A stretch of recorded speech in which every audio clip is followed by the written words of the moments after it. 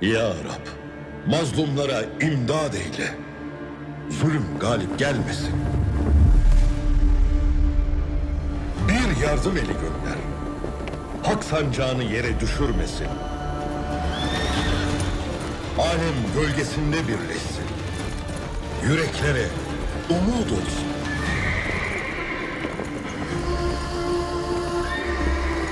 Karanlıktan aydınlığa götürsün. Yolu zafer yolu olsun.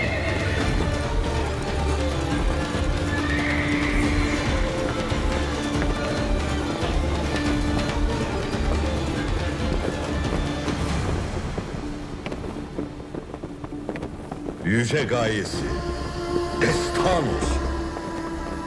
Yeryüzünde yankılansın.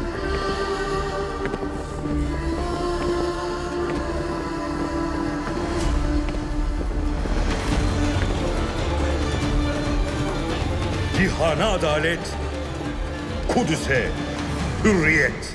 Kudüs Fatihi Selahaddin Eyyubi yakında TRT 1'de.